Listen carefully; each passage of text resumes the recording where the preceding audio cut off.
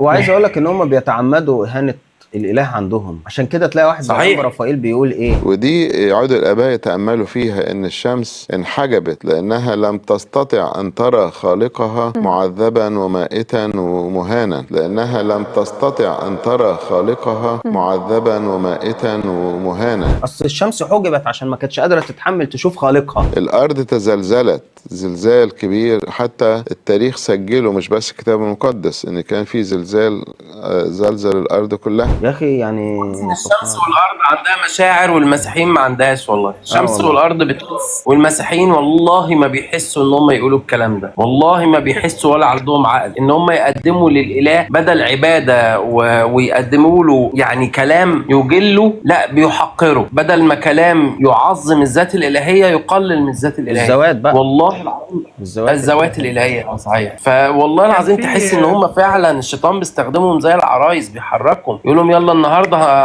تعبدوا للاله بالشتيم، فيطلعوا يقولوا على طول.